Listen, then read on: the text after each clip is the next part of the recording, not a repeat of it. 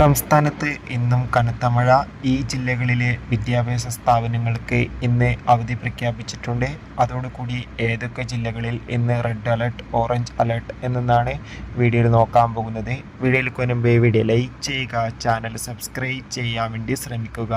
സംസ്ഥാനത്തെ ജില്ലകളിൽ ഇനി വരുന്ന 3 ദിവസവും അതിശക്തമായ മഴ ഉണ്ടാകുമെന്നാണ് കാലാവസ്ഥാ നിരീക്ഷണ കേന്ദ്രം അറിയിച്ചിട്ടുള്ളത്.